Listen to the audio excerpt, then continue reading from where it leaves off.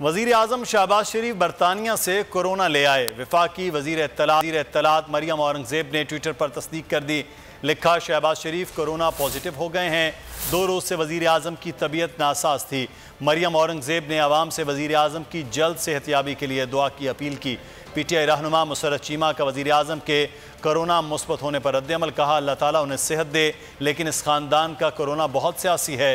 अहम फैसलों को लटकाने के लिए एक और सियासी करंतना किया जा रहा है। कप्तान का हकीकी आज़ादी मार्च, बोल न्यूज़ की खुसूसी कवरेज। ये एक फैमिली मार्च है। हकीकी आज़ादी मार्च जो है GG रोड पर रवां दवा है। बोलने की हक और सच की बात। इमरान खान के कंटेनर के करीब फायरिंग का वाकया पेश आया। फायरिंग से जख्मी, अस्पताल मुंतकिल। कातिलाना हमले से किया पर्दा चाक।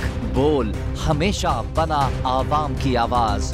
को वेलकम कहता हूं। आज़ादी मार्च के लिए बहुत अच्छी कवरेज की है। ये मार्च की जबरदस्त कवरेज।